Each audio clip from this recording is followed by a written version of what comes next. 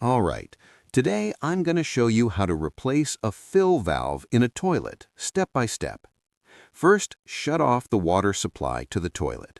The shut-off valve is usually located behind the toilet near the floor.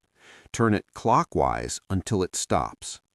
Next, remove the lid from the tank and set it aside somewhere safe so it doesn't crack or break. Now, flush the toilet to drain as much water out of the tank as possible. If there's still water left in the bottom, use a sponge or towel to soak up the remaining water. Disconnect the water supply line from the bottom of the fill valve. You may need a wrench for this step, and be ready for a little bit of water to come out when you loosen it. Go underneath the tank and remove the old nut holding the fill valve in place. Once the nut is off, go back up top and lift the old fill valve out of the tank. Now take your new fill valve out of the box. Before installing it, take the rubber seal and pull it apart, removing the center part. Then take the outer part of that seal and install it onto the bottom of the fill valve. Make sure the flat part of the seal goes against the fill valve and the beveled part goes against the tank. When you drop the fill valve down through the hole of the toilet tank, the beveled side goes into the hole of the tank. This creates a proper seal. If you install it upside down, it will leak.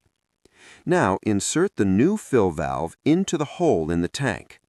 Go underneath and thread the new flat nut that came in the box onto the fill valve. Tighten it snug, but do not over-tighten it. Reconnect the water supply line to the bottom of the new fill valve.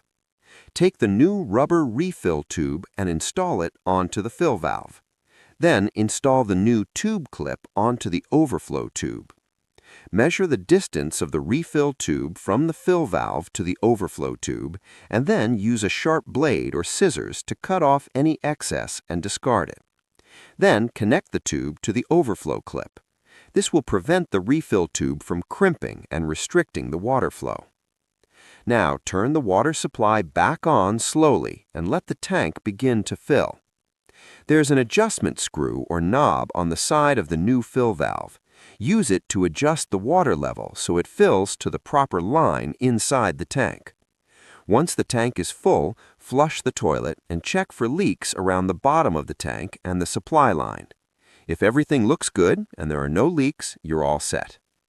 Now let's go over a few common mistakes to avoid.